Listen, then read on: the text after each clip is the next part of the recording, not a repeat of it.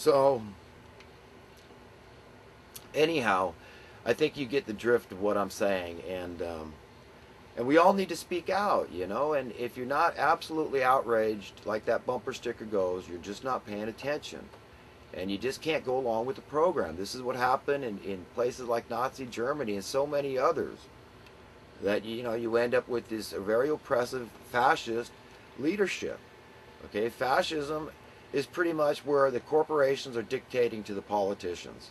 Okay, the people that we hire, we the taxpayers hired them to do a job, and they're going against our will.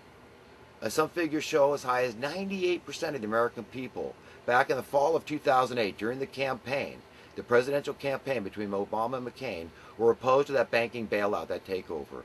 And yet, what I call the grand puppeteers, those at the top of the economic food chain, grabbed Obama and McCain off the campaign trail, okay, and they had them go and put their stamp of approval on that banking takeover.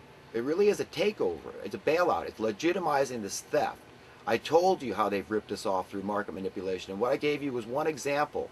Okay, the way they've done it's numerous. They've just taken down all the fences that protected us, you know, so that the wolves could just run in there and have their way with us, the sheep, okay, and just economically enslave you, monetarily enslave you. It really is like rape because it's forced upon you. You don't have a choice. That's why I actually call it economic rape.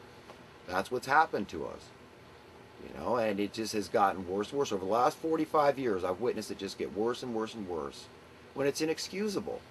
Okay? Where's our knowledge? Where's our learning? Where's our understanding of history? Okay? This is absurd that this is going on at this point in history. It's absurd. At a time in history when there's plenty for everybody, there's an abundance that we're making people go without. You know, and then some people will say the earth's overpopulated. Well, I tell them to get educated. Understand, if you want to depopulate, the best way is to industrialize. I'm not saying to pollute and destroy the earth. We don't have to do that. All 7 billion nearly people can live peacefully on the planet in prosperity and security and not destroy the planet. We've been lied to.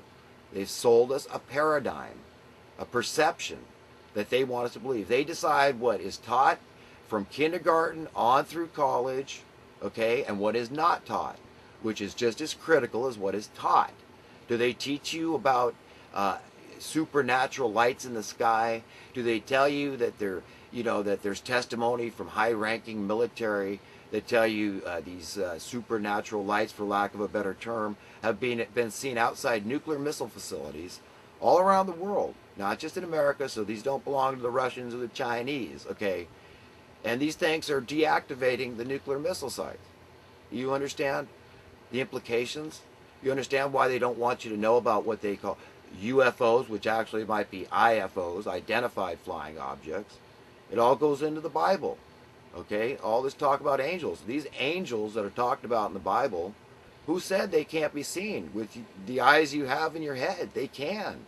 And they have been all through the ages. If you research what I'm telling you, you'll see that it's true. I'm not a nut. I'm telling you the facts. Okay, you need to investigate it and research it in depth the way I have. I've been very interested in this subject, and as a result, I've really delved into it, and I've gained knowledge and wisdom on the subject. I know what I'm talking about. I know why they don't tell you, because you wouldn't trust in them. You wouldn't trust anything they told you anymore. When they tell you got to go be violent, okay, when they tell you to go pick up arms, but they themselves cower in underground bunkers, okay, you don't have to do what they're telling you to do. The money is money. It's paper. Okay, what are you going to do with paper? Are you going to eat it? You can build a house with it? Are you really willing to compromise any portion of your soul for paper? Okay, that's all it is. The true wealth is in your labor force. Okay, it's from people that are willing to work as a family, to go out there and build your homes, to build your infrastructure, to work in your factories, to grow your food, bring you fresh water. Okay, those are the people that's what's valuable. You know, forget the money. You need each other. We're family. We need one another. No man is an island unto himself. We're all codependent on one another. So anyhow, I love you all, and I mean that. I really do. And I wish everybody the best. I really do. I really do. Prosperity, security, and all that is good and only good forever.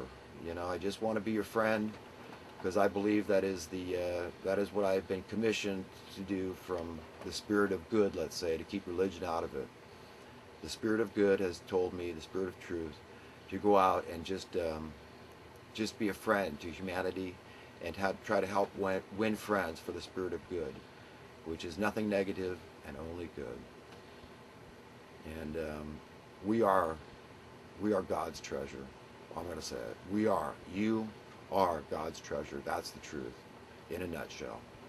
And all God wants is his yoke is easy, his burden is light, is just to go out and win more friends for him.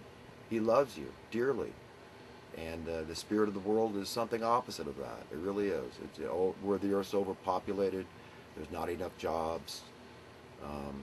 Do the earth a favor and we jump off a bridge. You're causing climate change. All this rubbish, by these elitists that have been running this planet for actually thousands of years. It's the same element that hated Jesus. They hated the truth. They hate justice and mercy and peace. They make a lot of money off violence. So anyhow, you guys, best to everybody, and talk to you later.